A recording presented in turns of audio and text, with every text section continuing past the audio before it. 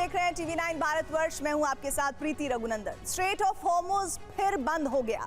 कभी ट्रंप इसके खुलने का ऐलान करते हैं, कभी कहते हैं कि अमेरिका को हॉर्मुज से कोई फर्क नहीं पड़ता, और कभी इसे खोलने को अमेरिका की पहली शर्त बता लेते हैं।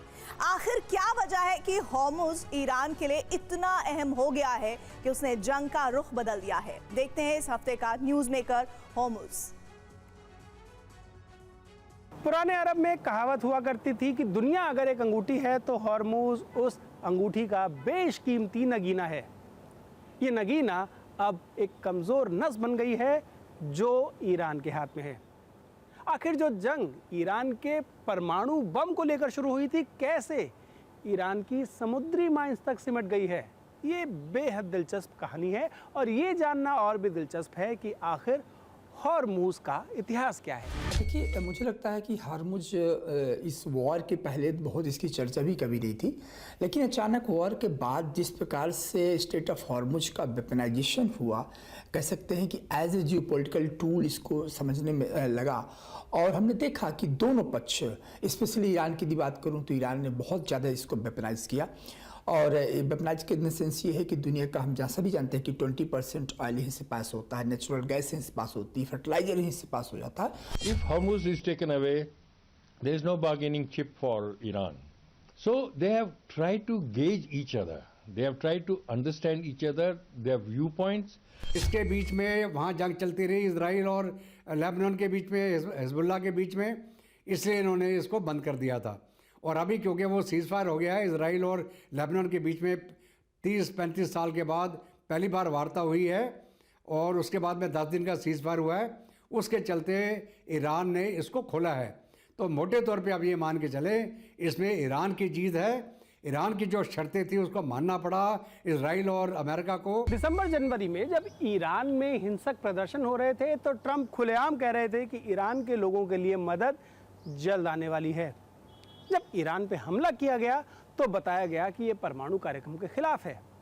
फिर बात हुई ये तो ईरान की रिजीम चेंज के लिए हुआ था, और फिर इस तरह के बयान आए कि हॉर्मुज खुलवाई जाए, नहीं खुलवाई जाए। यानी कुल मिलाकर ईरान से हो रही जंग अमेरिका के लिए अब तक सबसे अजीब जंग साबित हुई है। पहली उलझन, पुराना हिसाब। जी नहीं, मैं नहीं मानता हूं कि ये टकराव थम गया। ये एक पॉज है, और ये पॉज दोनों के लिए, ईरान के लिए, अमेरिका के लिए। क्योंकि जिस प्रकार से जो ट्रंप की जो शर्तें हैं, ट्रंप की जो मांग है, और वाइस वर्सा जो ईरान की मांग, ईरान कहता है कि मिडिल ईस्ट से ट्रंप अपने मिलिट्री बेसेस को हटा दे, अमेरिका कहता है कि ईरान अपने न्यूक्लियर प्रोग्राम को बंद कर दे। ये दोनों ऐसी मांगे हैं कि जो यूटोपियन लगती हैं, और इसीलिए मैं हमेशा कहता हूं कि अभी डिप्लोमेटिक एक्सरसाइज हो ही नहीं रही है। ये एक शो ऑफ है डिप्लोमेसी का। मौजूदा जंग से ट्रंप के लिए भी कई दरवाजे बंद होते जा रहे हैं।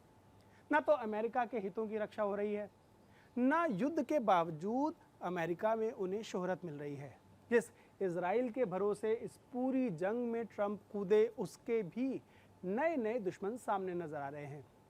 और तो और पोप से टकराव के बाद अमेरिका के अंदर और यूरोप की ईसाई राजनीति में भी ट्रंप सबसे अलग थलग पड़ते जा रहे हैं। ट्रंप ने जो सोचा था कि जी मैं 4 हफ्ते में जंग ख़त्म कर दूंगा, हम जो अपने पूरे एम हासिल कर लेंगे, कुछ नहीं कर पाए वो।